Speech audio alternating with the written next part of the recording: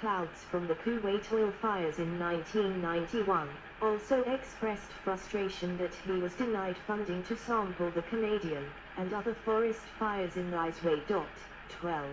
Turco wrote a 10-page memorandum with information derived from his notes and some satellite images, claiming that the smoke plume reached 6 kilometers in altitude. 12. In 1986, atmospheric scientist Joyce Penner from the Lawrence Livermore National Laboratory published an article in Nature in which she focused on the specific variables of the smoke's optical properties and the quantity of smoke remaining airborne after the city fires. She found that the published estimates of these variables varied so widely that depending on which estimates were chosen, climate effect could be negligible, minor or massive. 171. The assumed optical properties for black carbon in more recent nuclear winter papers in 2006 are still based on those assumed in earlier nuclear winter simulations. 19. John Maddox, editor of the journal Nature, issued a series of skeptical comments about nuclear winter studies during his New 172, 173, similarly S. Fred Singer was a long-term vocal critic of the hypothesis in the journal and in televised debates with Carl Sagan. 174, 175, 12. Critical response to the more modern papers. In a 2011 response to the more modern papers on the hypothesis, Russell Seitz published a comment in Nature challenging Alan Robott's claim that there has been no real scientific debate about the nuclear winter concept. 176. In 1986, Seitz also contends that many others are reluctant to speak out for fear of being stigmatized as closet Dr. Strangeloves. Physicist Freeman Dyson of Princeton, for example, stated, "It's an absolutely atrocious piece of science, but I quite despair of setting the public record straight." 148. According to the Rocky Mountain News, Stephen Schneider had been called a fascist by some disarmament supporters for having written his 1986 article Nuclear Winter Reappraised. 151. MIT meteorologist. It was common at the time of WWII. Kerry Emanuel similarly wrote in a review in Nature that the winter concept is notorious for its lack of scientific integrity due to few realistic estimates selected for the quantity of fuel likely to burn the imprecise global circulation models used. Emanuel ends by stating that the evidence of other models point to substantial scavenging of the smoke by rain. 177. Emanuel also made an interesting point about questioning proponents' objectivity when it came to strong emotional or political issues that they hold. 12. William R. Cotton, professor of atmospheric science at Colorado State University, specialist in cloud physics modeling and co-creator of the highly influential 178, 179, and previously mentioned IAM's atmosphere model, had in the 1980s worked on soot rainout models, 12, and supported the predictions made by his own and other nuclear winter models. 180, however, he has since reversed this position according to a book co-authored by him in 2007, stating that, amongst other systematically examined assumptions, far more rainout /wet deposition of soot will occur than is assumed in modern papers on the subject. We must wait for a new generation of GCMs to be implemented to examine potential consequences quantitatively. He also reveals that, in his view, nuclear winter was largely politically motivated from the beginning. 34. Policy implications. During the Cuban Missile Crisis, Fidel Castro and Che Guevara called on the USSR to launch a nuclear first strike against the US in the event of a US invasion of Cuba. In the 1980s, Castro was pressuring the Kremlin to adopt a harder line against the US under President Ronald Reagan, even arguing for the potential use of nuclear weapons. As a direct result of this, a Soviet official was dispatched to Cuba in 1985 with an entourage of experts, who detailed the ecological effect on Cuba in the event of nuclear strikes in the United States.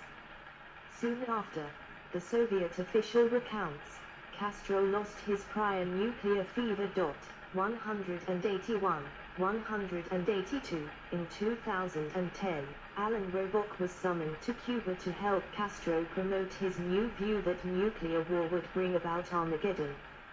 Robock's 90-minute lecture was later aired on the nationwide state-controlled television station in the country. 183, 184. However, according to Robock, insofar as getting U.S. government attention and affecting nuclear policy, he has failed. In 2009, together with Owen II, he gave a talk to the United States Congress, but nothing inspired from it, and the then presidential science advisor, John Holdren, did not respond to their requests in 2009 or at the time of writing in 2011. 184. In a 2012 Bulletin of the Atomic Scientists feature, Robock and II, who had routinely mixed Third Eye's armament advocacy into the conclusions of their nuclear winter papers, 19, argue in the political realm that the hypothetical effects of nuclear winter necessitates that the doctrine they assume is active in Russia-armed U.S. mutually assured destruction, MAD, should instead be replaced with their own self-assured destruction, SAD, concept. 32. Because, regardless of whose cities burned, the effects of the resultant nuclear winter that they advocate would be, in their view, catastrophic. In a similar vein, in 1989 Carl Sagan and Richard Turco wrote a policy implications paper that appeared in AmBio that suggested that as nuclear winter is a well-established prospect, both superpowers should jointly reduce their nuclear arsenals to canonical deterrent force levels of 100-300 individual warheads each, such that in the event of nuclear war, this would minimize the likelihood of extreme nuclear winter. 188. An originally classified 1984 U.S. Interagency Intelligence Assessment states that in both the preceding 1970s and 1980s, the Soviet and U.S. military were already following the existing trends in warhead miniaturization, of higher accuracy and lower yield nuclear warheads. 189. This is seen when assessing the most numerous physics packages in the U.S. arsenal, which in the 1960s were the B-28 and W-31. However, both quickly became less prominent with the 1970s mass production runs of the 50 KT W-68. The 100 KT. United States and Soviet Union nuclear stockpiles. The effects of trying to make others believe the results of the models on nuclear winter does not appear to have decreased either country's nuclear stockpiles in the 1980s, 185, only failing Soviet economy and the dissolution of the country between 1989 and 1991, which marks the end of the Cold War, and with it the relaxation of the arms race appears to have had an effect. The effects of the electricity generating megatons to megawatts program can also be seen in the mid-1990s, continuing the trend in Russian reductions. A similar chart focusing solely on quantity of warheads in the multi-megaton range is also available. 186. Moreover, total deployed US and Russian strategic weapons increased steadily from 1983 until the Cold War ended. 187, W-76 and in the 1980s, with the B-61. 190. This trend towards miniaturization, enabled by advances in inertial guidance and accurate GPS navigation etc., was motivated by a multitude of factors, namely the desire to leverage the physics of equivalent megatonnage that miniaturization offered, of freeing up space to fit more MIRV warheads and deploys on each missile. alongside their desire to still destroy hardened targets but while reducing the severity of fallout collateral damage depositing on neighboring, and potentially friendly, countries. As it relates to the likelihood of nuclear winter, the range of potential thermal radiation ignited fires was already reduced with miniaturization.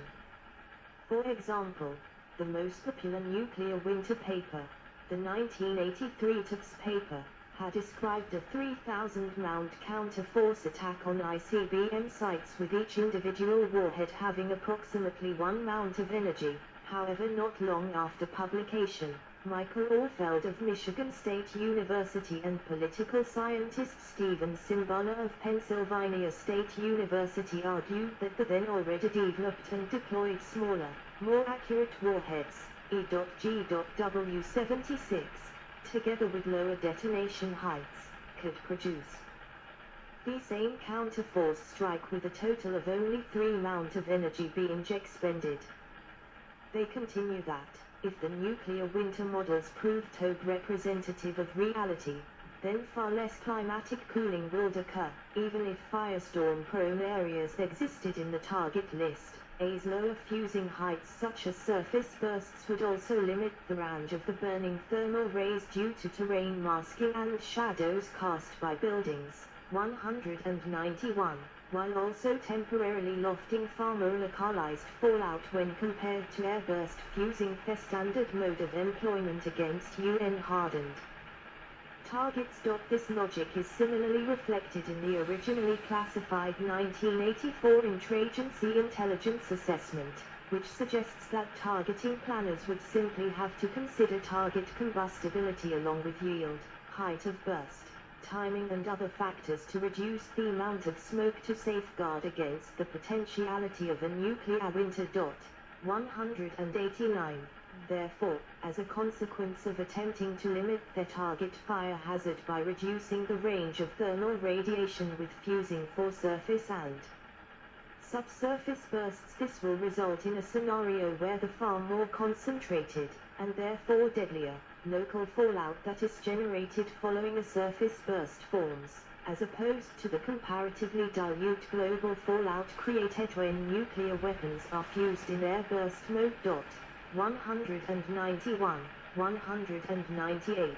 Orfeld and Simbala also argued that belief in the possibility of nuclear winter would actually make nuclear air war more likely, contrary to the views of Sagan and others, because it would serve yet further motivation to follow the existing trends towards the development of more accurate, and even lower explosive yield nuclear weapons. 196. As the winter hypothesis suggests that the replacement of the then Cold War viewed strategic nuclear weapons in the multi-megaton yield range, with weapons of explosive yields closer to tactical nuclear weapons, such as the robust nuclear earth penetrator, (NEP), would safeguard against nuclear winter potential. With the latter capabilities of the then largely still conceptual NEP specifically cited by the influential nuclear warfare analyst Albert Wohlstetter. 199. Tactical nuclear. The 1951 shot Uncle of Operation Buster Jangle had a yield about a tenth of the 13 to 16 kt Hiroshima bomb, 1.2 kt, 192, and was detonated 5.2 m, 17 feet, beneath ground level.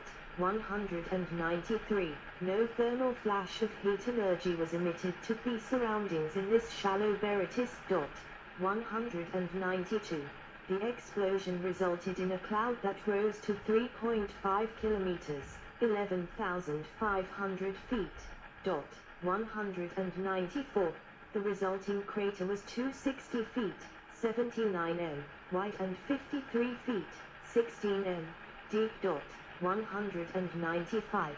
The yield is similar to that of an atomic demolition munition. Orfeld and Simbala argue that true belief in nuclear winter might lead nations towards building greater arsenals of weapons of this type. 196. However, despite being complicated due to the advent of delay yield technology, Data on these low-yield nuclear weapons suggests that they, as of 2012, make up about a tenth of arsenal of the US and Russia, and the fraction of the stockpile that they occupy has diminished since the 1970 to 90s, not grown. 197. A factor in this is that very thin devices with yields approximately around 1 kiloton of energy on nuclear weapons can't make very inefficient use of their nuclear materials, for example two-point implosion. Thus a more psychologically deterring high efficiency /high